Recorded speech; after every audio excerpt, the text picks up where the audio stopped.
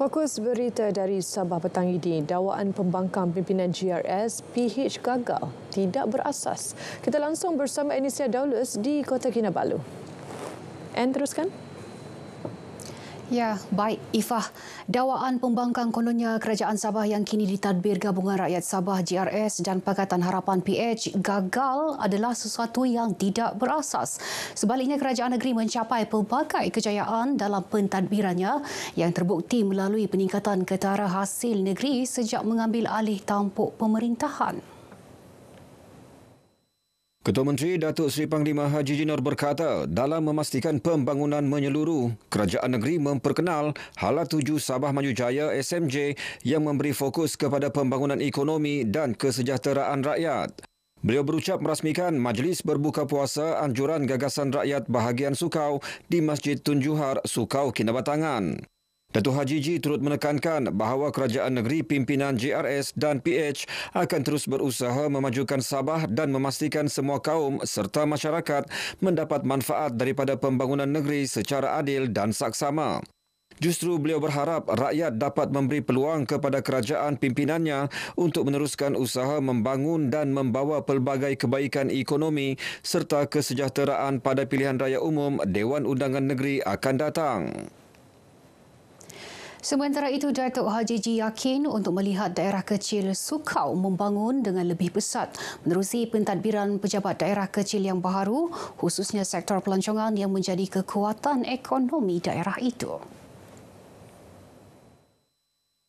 Sukau merupakan pusat eko-pelancongan antarabangsa terdapat di Sabah yang berupaya merancakkan pertumbuhan sektor pelancongan negeri. Menjadi harapan kita supaya pejabat daerah kecil ini dapat membuat perancangan yang rapi untuk memajukan lagi sektor pelancongan dan lain-lain di kawasan Sukau ini. Sementara itu, Ketua Bahagian Gagasan Rakyat Sukau, Datuk Johari Janan merakamkan penghargaan kepada kepimpinan kerajaan negeri terhadap pengiktirafan Sukau sebagai daerah kecil. Membawa pelabur-pelabur untuk datang ke Sukau ini untuk membangun prasarana yang ada di kawasan Sukau. Kerana Sukau ini ada tempat lebih kurang 182 ekar untuk diberi kepada mereka-mereka yang mau melabur. Dalam majlis ini, Datuk Haji Ji menyempurnakan penyampaian sumbangan kepada golongan asnaf di kawasan Sukau di samping mengimarahkan Majlis Berbuka Puasa bersama-sama rakyat Sukau. Kementerian Pembangunan Usahawan dan Koperasi KUSKOP meluluskan peruntukan sejumlah RM400,000 kepada dua koperasi inap desa di Kundasang, Ranau. Menterinya Datuk Iwan Benedik berkata peruntukan itu disalurkan melalui Geran Bantuan Pembangunan Suruhanjaya Koperasi Malaysia SKM. Turut disalurkan RM300,000 kepada Koperasi Walai Toko Kundasang Sabah Berhad, Kopstay dan RM100,000 kepada Koperasi Sosodikon Ranau Berhad, Kopsodik. Datuk Iwan berkata, bantuan kepada Kopstay itu bagi mengembangkan produk baharu pelancongan, glamping dan camping site.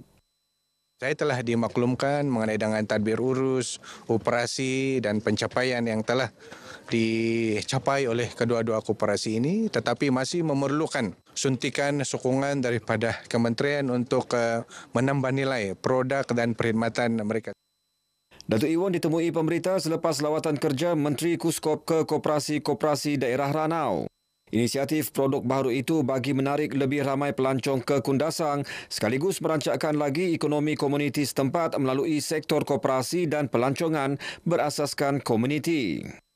Kami percaya dengan adanya dana ini, kami akan dapat menambah baik kualiti standard pelancongan yang ada di Malaysia. Saya mendapat respon daripada bukan sahaja daripada ahli kami, tapi seluruh masyarakat Ranau bahawa sesungguhnya koperasi ini tidak bersendirian karena kerajaan tidak membiarkan begitu saja.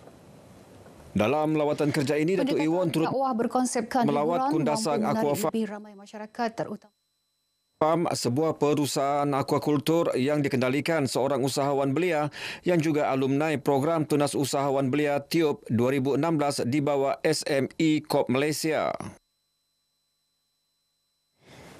Pendekatan dakwah berkonsepkan hiburan mampu menarik lebih ramai masyarakat, terutamanya golongan muda untuk lebih menghayati bulan Ramadan. Konsep dakwah seumpama juga berupaya menghimpunkan pelbagai kaum sekaligus mengukuhkan semangat perpaduan dalam kalangan masyarakat. Timbalan Menteri di Jabatan Perdana Menteri Hal Ehwal Agama, Senator Dr. Zulkifli Hasan berkata, program itu turut memperlihatkan bahawa Islam itu adalah rahmah, damai dan sentiasa mempromosi keamanan. Ianya seiring dengan semangat Ramadan. Semangat Ramadan itu bukan hanya untuk orang Islam, tetapi semangat Ramadan itu adalah untuk mewujudkan satu masyarakat yang harmoni. Beliau ditemui pemberita dalam program Ramadan Jazz 2.0 di Harbour Square Sandakan. Menurutnya, program ini mencapai objektif iaitu berhibur serta berdakwah melalui nasyid dan lagu ketuhanan, di samping tazkirah yang mendidik jiwa ke arah lebih positif. Turut diagihkan sumbangan 1,200 bubur lambuk kepada asnaf dan pengunjung. Seramai 500 orang asnaf dan orang kurang upaya OKU diraikan dalam Majlis Iftar Perdana Masjid Bandaraya Kota Kinabalu. Majlis dimeriahkan dengan kehadiran Yang di-Pertua Negeri Tun Musa Aman. Program tahunan bagi menyantuni golongan asnaf dan OKU sempena bulan Ramadan itu telah diadakan sejak tahun 2017.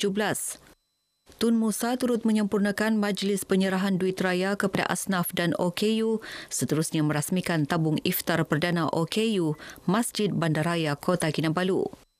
Tun Musa Aman kemudiannya menyertai jemaah menunaikan solat maghrib, solat isyak dan solat tarawih berjemaah diimamkan Ustaz Muhammad Zamzuhardi Zakaria. Masyarakat dinasihatkan untuk berbelanja secara berhemah sewaktu membeli juadah berbuka puasa. Timbalan Ketua Menteri Datuk Syah Helmi Yahya berkata ia bagi memastikan kewangan mereka kekal stabil di samping mengelak berlaku pembaziran makanan. Datuk Syah Helmi yang juga ahli Parlimen Putatan ditemui media selepas program Walkabout Bazar Ramadan di Putatan. Belanja secara berhemah, elakkan pembaziran.